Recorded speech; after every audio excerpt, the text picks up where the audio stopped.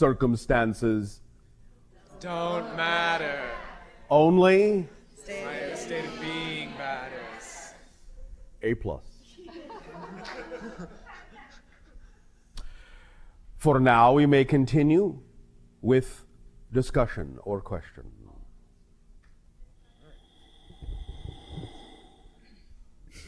Greetings, Bashar. And to you, good day. Good day. So, I have a very specific question for which I'd like to go through some background, and you may stop me at any time. Stop. Excellent. Take you at your word. All right.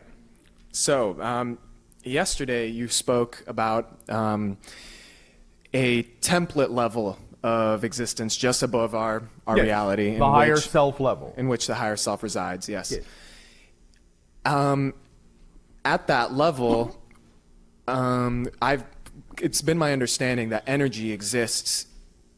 One of the ways of perceiving energy as existing is in geometrical shapes, geometrical patterns, Yes. fractal patterns. Yes.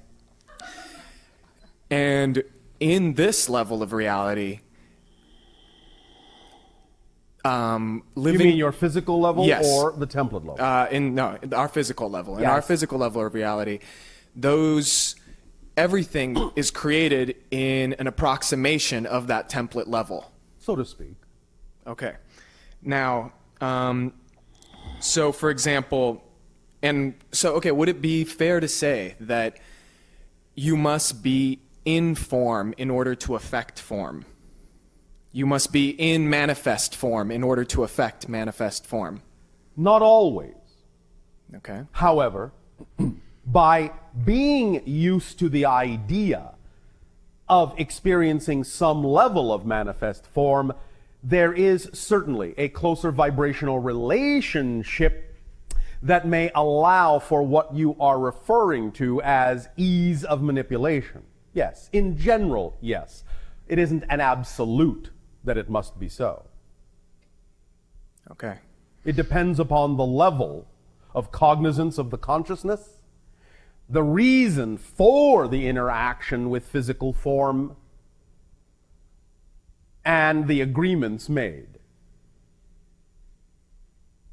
And the agreements made And the agreements made. between your personality self and your higher self, you mean? Or between all also- beings existing in that? Yes. I see.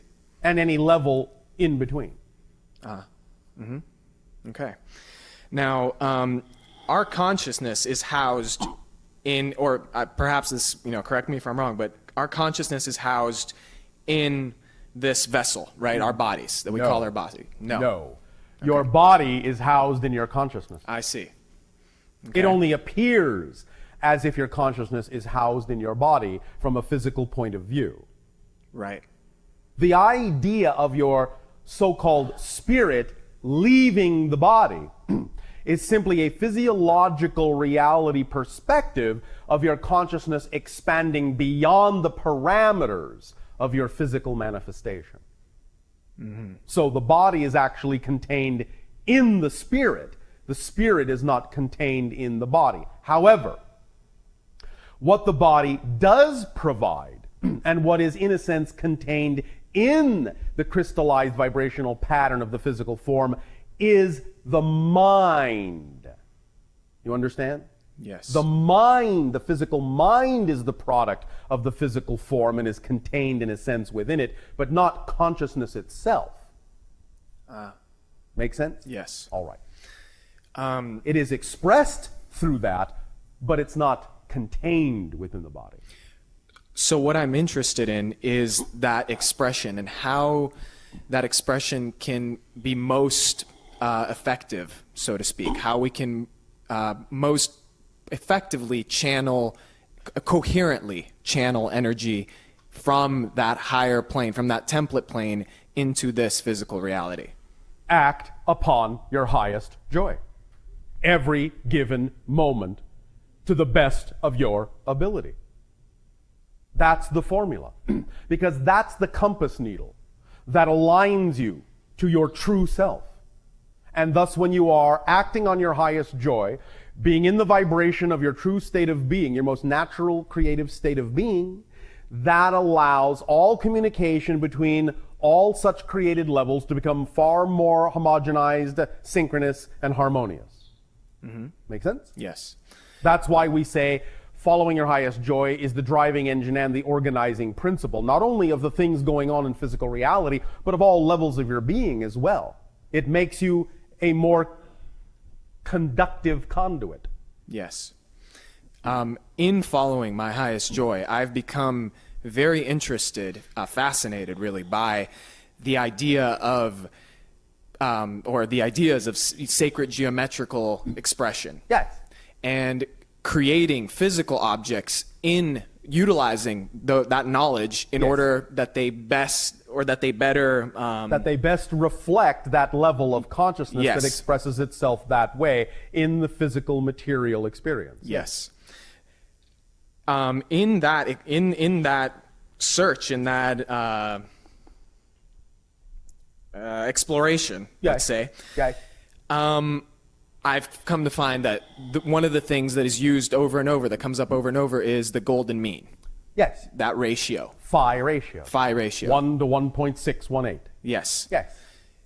Now, by creating objects, like I understand that our body, our physical body, is already built in that state, and therefore it is a perfect vehicle of manifestation. Yes. As you say, we come in with everything that we need. Yes. It is a perfect resonator. It is a perfect resonator. Yes. However, you still, from what I understand, your society still builds, for example, ships. Yes.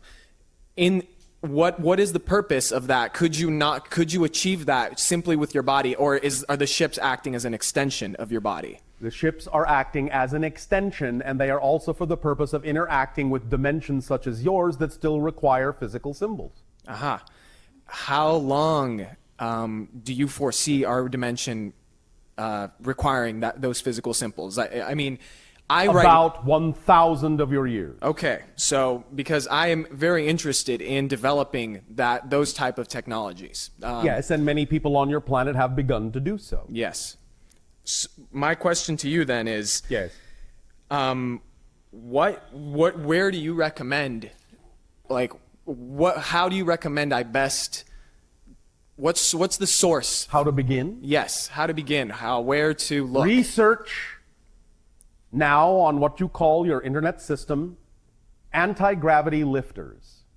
Start there. Okay. You will find that these are constructions of very light materials, primarily what you call balsa wood and aluminum, being given electrical charges of high voltage. They will begin to exhibit levitation effects. And as you begin to grow in your experience and research and gain more practice with these and understand the effects that are being created, then you will gain more insight into how to take the next step. Okay. Thank you for that. That interests me as well. However, I wasn't necessarily referring to only propulsional systems. Neither am I. Ah.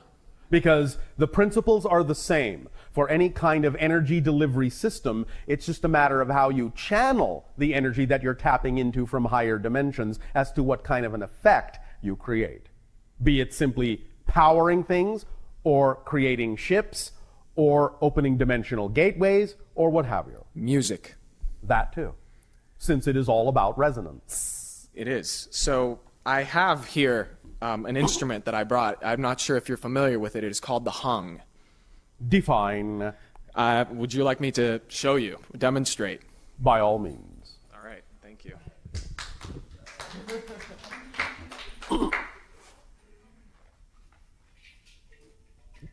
Just exactly what are you unzipping? So this is this is an instrument. It's an instrument similar to a steel drum. All right. It is a steel drum. Oh, thank you. Yes. That's quite similar. Yeah. It was created in the year 2000 by a Swiss man. Yes. Here you go. This is the hung. Show it from the side. Bashar, it looks like a UFO, our definition of a flying saucer. All right. So, and here's how it sounds.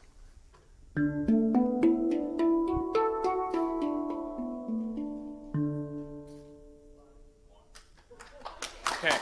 Now, Thank you. thank you. Now, one of the things sometimes people will say when they see the crafts on your planet that you refer to as UFOs, sometimes they will be silent, but very often they will also describe hearing different kinds of resonant tones in association with the craft.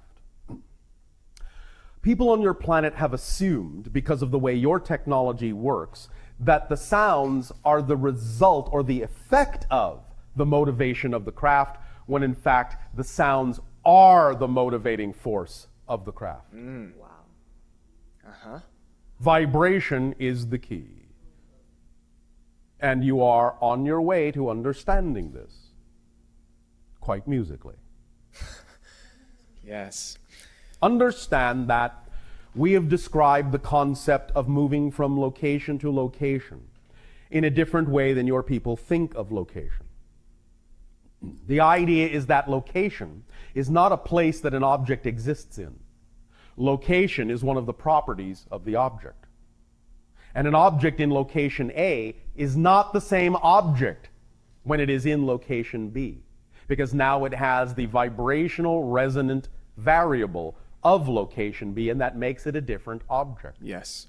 If the object in location A were suddenly engulfed and overwhelmed by the vibration equation that represents the object in location B, the object would simply have no choice but to move to location B instantaneously, because that's its new vibrational signature. I see.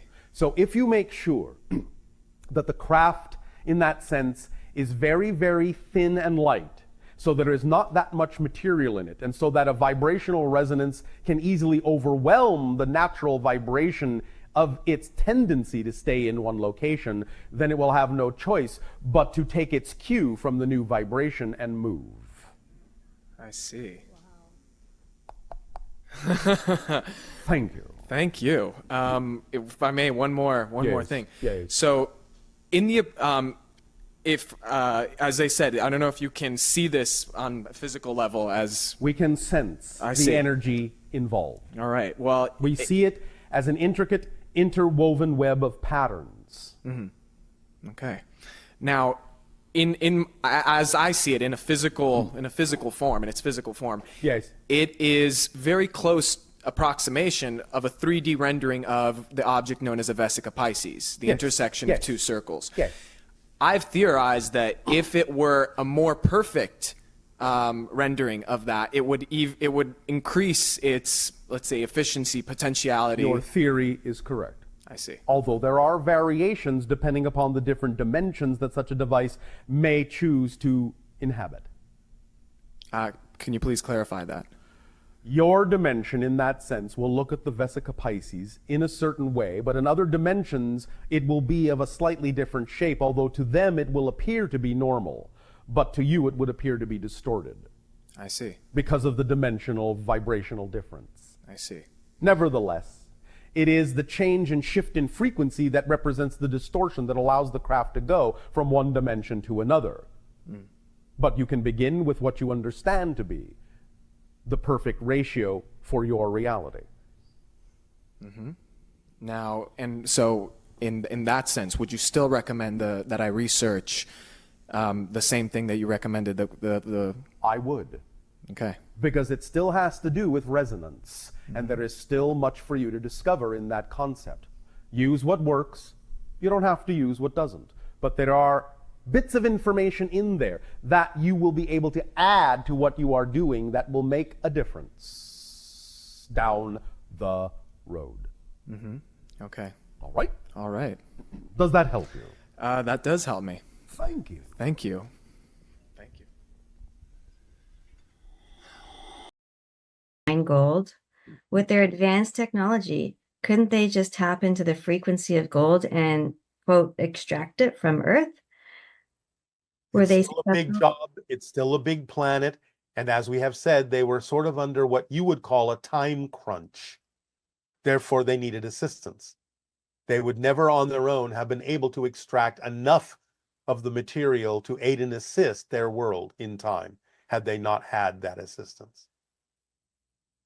And were they successful in saving their planet? To some degree, yes. But again, remember that what they did in creating Homo sapiens was against their laws. So the idea is that then, once Homo sapiens existed, the Anunnaki that had recalled those groups back home then had to guide, had to watch over. They still continued to extract some gold, but did it in a way that simply added to what they had already collected. They used it in positive ways for the balancing of the atmosphere of their planet, but nevertheless were also consigned to figuring out other ways in which that could be done, so they did not take advantage any further, any longer, of the creation of Homo sapiens in a negative way. And what eventually happened to their planet? Is it still around? It's still around, but it exists in a different dimension, and it is more connected to the star system you know as Cygnus. And what do they call it, the planet? Are you asking for the Anunnaki's own language for their own world? Yes, Ashea. thank you. Many people use the biblical book of Revelation to point to events happening in the future, which they think is now. Others say the book was referencing Rome at that time. Are there really any truly prophetic verses in the Bible that corresponds to events happening now? Yes, some of them. We're not going to go into detail about that. It serves no relevant purpose at this time.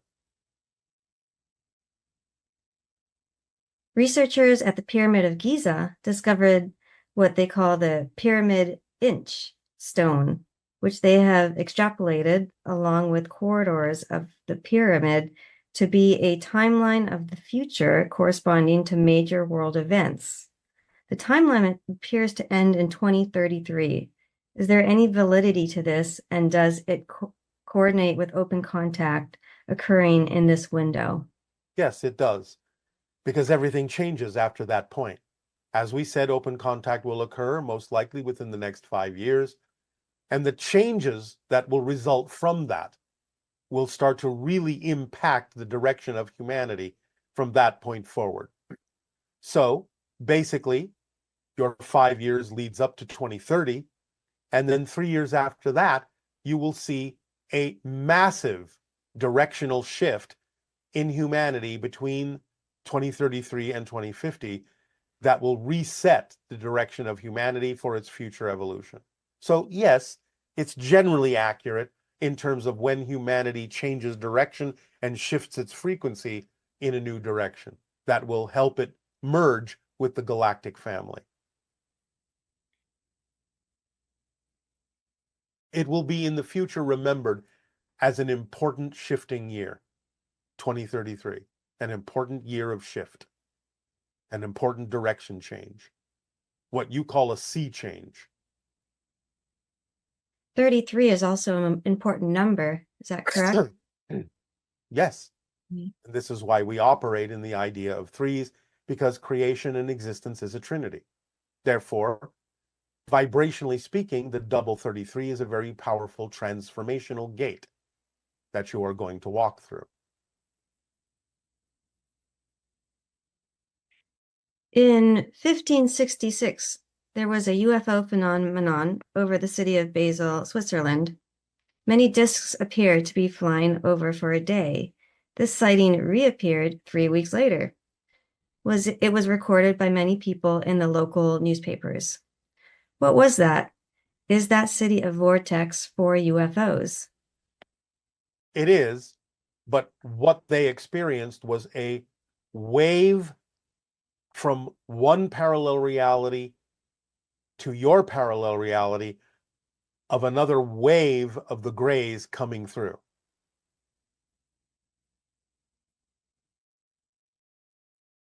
I read a book by Ramtha where he mentions events that are supposed to happen to our planet.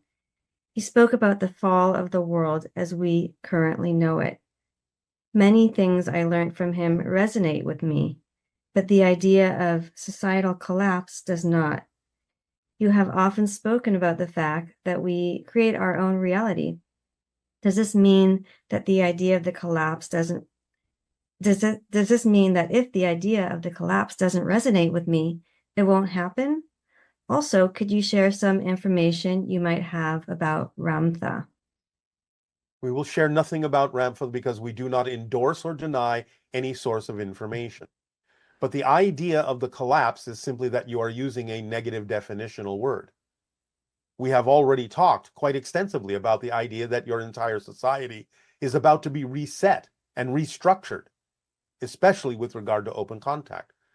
So you can look at that as the dissolution of your old society, a collapse, if you will, but a reinvention, a restructuring of the idea. And you are part of that. So you'll be around for it, but you don't have to see it as a negative collapse.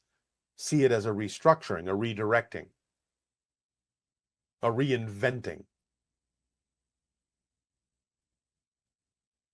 My 5-year-old autistic son recently came to me with a piece of paper. He had written Orpek on the paper. He told me that this is his spirit name. He's only 5, and we do not really discuss these things. He asked me what my spirit name is, and I didn't know what to tell him. Why did my son do this? What is the Because spirit children are name? still strongly connected to spirit, especially up to the ages of 7 and 10 even. They still know their connection to spirit. They still can communicate with spirits. So it's natural for a child to remember themselves as a spirit, as a soul, and can transfer a lot of information about the spirit realm to those in physical reality. So pay attention.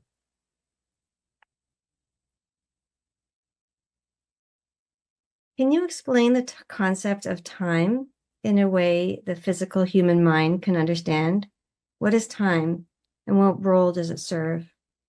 Well, as we said, time is a side effect of your consciousness shifting through multiple parallel realities billions of times per second.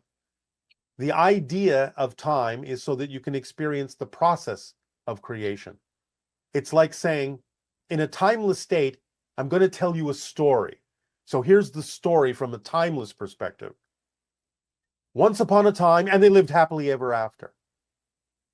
What happened to the middle of the story? What happened to how did we get from once upon a time to happily ever after? What was the process? What was the adventure? What was the experience? What were the lessons? How did it grow? How did it change? What was the path? So, time exists within the soul, a certain focus of the soul, to experience the process, to experience the story unfolding so that you can discover yourself from a new point of view. That's how creation expands. As we have said, the structure of existence never changes.